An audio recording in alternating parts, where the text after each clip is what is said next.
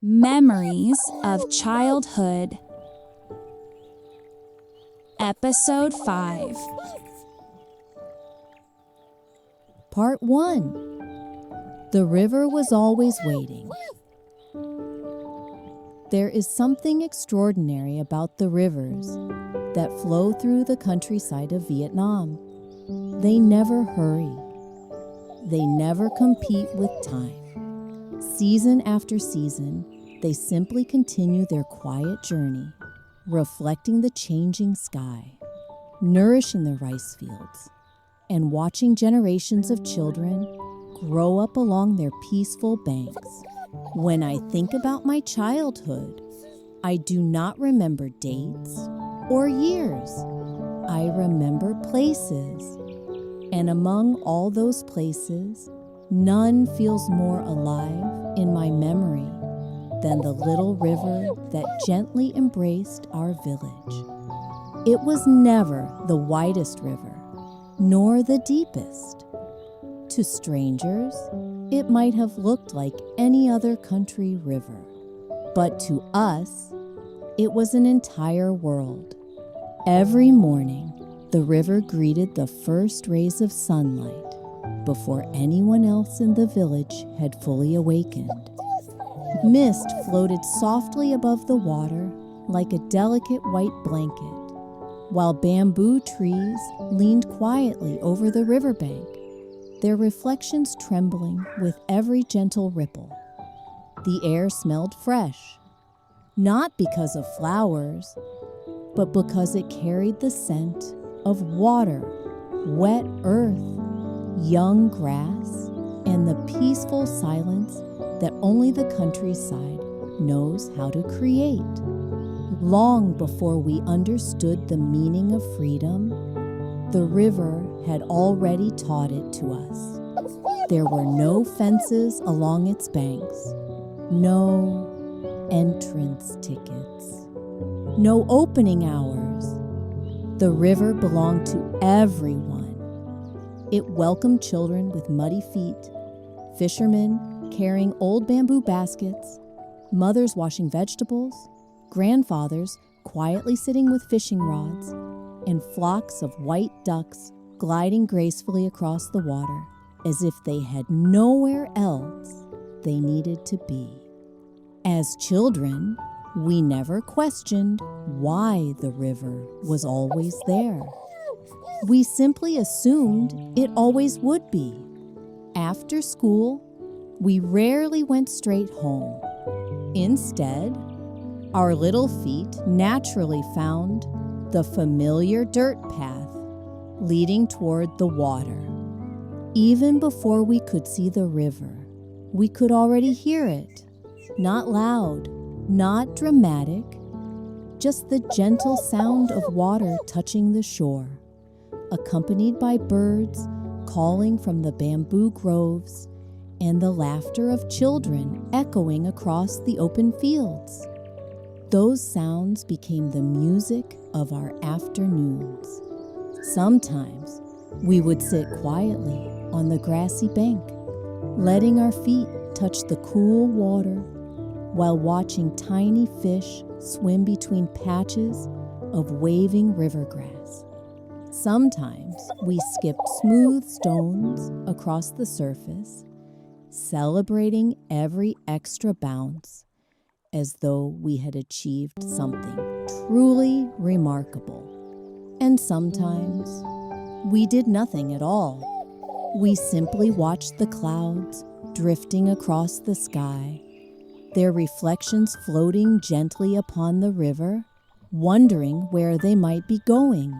Looking back now, I realize those quiet moments were never empty. Without knowing it, we were learning how to slow down, how to observe, how to be content with almost nothing. Perhaps that is why those afternoons remain so precious today. The river never tried to entertain us. It simply invited us to notice the beauty that had always been there. There were dragonflies hovering above the reeds, butterflies resting on wild flowers beside the path.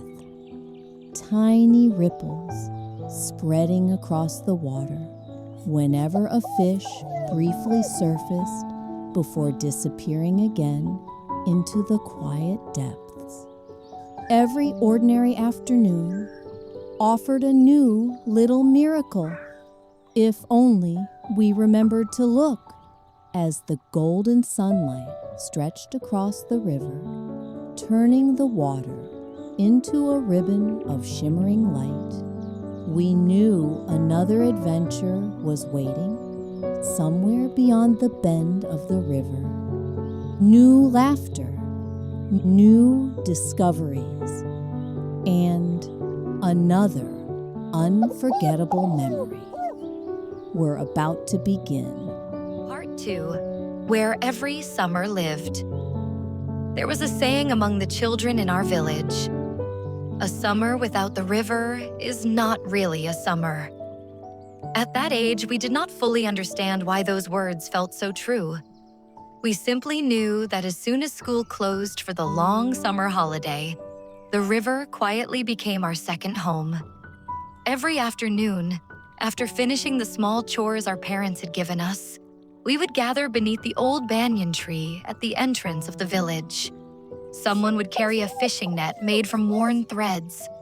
Another would bring a small bamboo basket. Some arrived empty-handed because children have always believed that imagination is enough to begin an adventure. Then, without making any plans, we would all start walking toward the river together. The little dirt path felt different in summer. The warm earth beneath our bare feet was soft and familiar. Wildflowers bloomed quietly along the edges of the path, while butterflies drifted lazily from one blossom to another. Dragonflies skimmed low over the tall grass, their transparent wings shining whenever they caught the sunlight. Everything around us seemed wonderfully alive. Even before reaching the water, we could already hear the cheerful voices of other children echoing across the riverbanks. Some were splashing one another. Some were laughing so hard that their laughter carried far beyond the fields. Others stood quietly with homemade fishing rods, hoping to catch tiny fish no bigger than the palm of a child's hand. The river welcomed every kind of happiness. I still remember the first moment my feet touched the cool water. After walking beneath the warm summer sun, the gentle embrace of the river felt almost magical. Tiny ripples spread softly around our ankles, and little fish darted away as if surprised by our arrival. Without thinking twice, someone would shout, "Come on!" A heartbeat later, the peaceful river would explode with laughter. Water splashed high into the air.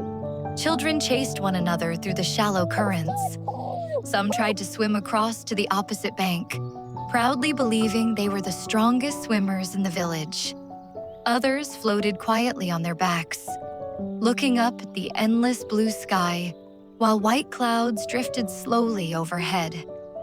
Looking back now, I realize we never worried about how we looked.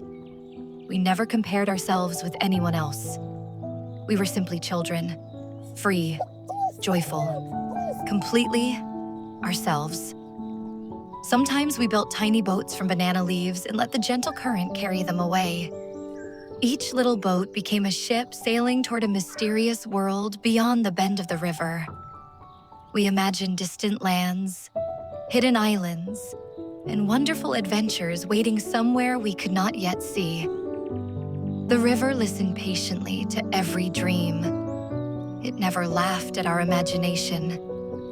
Instead, it carried our little boats as far as the current could take them, as though reminding us that every great journey begins with the courage to let go. There were afternoons when we searched beneath smooth stones for little crabs hiding from the sun. Sometimes we caught them. Sometimes they escaped before our tiny hands could reach them. Either way, we laughed, because success had never been the reason we played. The joy was always found in trying. As the hours slipped quietly by, the sunlight began to soften once again. Golden reflections danced upon the moving water, turning the river into a ribbon of liquid light. The breeze carried the sweet fragrance of rice fields, while somewhere in the distance, a water buffalo slowly crossed a narrow path toward home.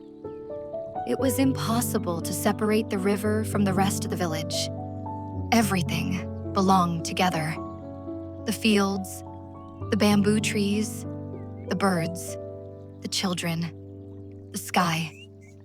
Even today, whenever I hear the gentle sound of flowing water, something inside me becomes quiet. Perhaps every person carries a river within their heart, a place where time moves more slowly, a place where worries cannot follow, a place that patiently waits for us, no matter how many years have passed. If I close my eyes, I can still see that little river. I can still hear my friends calling my name from the opposite bank. I can still feel the cool water surrounding my feet as the afternoon sun sparkled upon its surface. Those moments lasted only a few hours, yet somehow they have remained with me for an entire lifetime. The river continued flowing toward the horizon, just as it always had. But the day was not over. Beyond the gentle current, beyond the laughter, another beautiful memory was waiting beside the evening shore. And perhaps it would become the memory we would treasure most of all. Part 3, The River Never Left Us. As the afternoon slowly faded into evening, the river became quieter, as if it too was preparing to rest after a long summer day. The golden light of the setting sun stretched gently across the water, turning every ripple into a ribbon of shimmering gold. The breeze that had followed us throughout the afternoon grew softer, carrying with it the comforting scent of wet earth, rice fields, and the distant smoke rising from kitchen fires throughout the village. One by one, our games came to an end. The splashing grew quieter. The laughter slowly drifted away with the wind. Some children sat on the grassy riverbank, their feet still touching the cool water, while others lay back on the warm earth, watching the sky change from brilliant blue to soft shades of amber, pink, and violet. None of us wanted to leave. It was never because another adventure was waiting. It was because somehow we already knew that this moment was too beautiful to end. Looking back now, I think childhood gave us a remarkable gift. It allowed us to belong completely to a moment. When we watched the river, we weren't thinking about tomorrow. When we laughed with our friends, we weren't worrying about the future. When we followed the current with our eyes, we never imagined that one day we would spend our lives chasing deadlines instead of dragonflies. The river quietly taught us what peace felt like long before we ever learned the word. Nearby, an old fisherman slowly pulled in his net. His movements were calm and unhurried, as though he had learned the rhythm of the river many years before we were born. A flock of white ducks glided silently toward the reeds, leaving gentle ripples that caught the last light of the day. Across the water, the silhouettes of bamboo trees stood peacefully against the glowing sky, just as they had for generations. Everything seemed to whisper the same quiet truth. There is beauty in ordinary days. As children, we never searched for happiness. We simply found it everywhere. In the sound of water touching the shore, in a tiny fish escaping from our hands, in smooth stones skipping across the surface of the river, in sharing a handful of wild berries with a friend, in walking home barefoot while our clothes were still damp from swimming. Those little moments never asked to become memories. Yet somehow, they became the treasures we carried into adulthood. Years have passed since those carefree summers. The village has changed. Some dirt roads have become paved streets. Many children now spend their afternoons indoors, surrounded by glowing screens instead of open skies. Life has become faster. busier, louder. Yet whenever I close my eyes, the river remains exactly as it was. The water still flows gently beneath the bamboo trees. The dragonflies still dance above the reeds. The voices of children still echo across the fields. Time may move forward, but memory has its own way of protecting the places we love. Perhaps that is why we return to childhood again and again. Not because we wish to live in the past, but because the past quietly reminds us of who we truly are. It reminds us that joy does not always arrive wrapped in extraordinary moments. Sometimes it comes as a cool river beneath a summer sky. Sometimes it comes as the laughter of friends carried by the evening breeze. Sometimes it comes from simply sitting beside someone you love, saying nothing at all while watching the sunlight disappear beyond the horizon. As we finally stood up to leave, I turned around one last time. The river reflected the first evening star. For just a brief moment, the water looked less like a river and more like a path of light leading somewhere beyond the horizon. I smiled without knowing why. Perhaps a part of me understood that although I was walking home, my heart would always leave something behind beside that gentle river.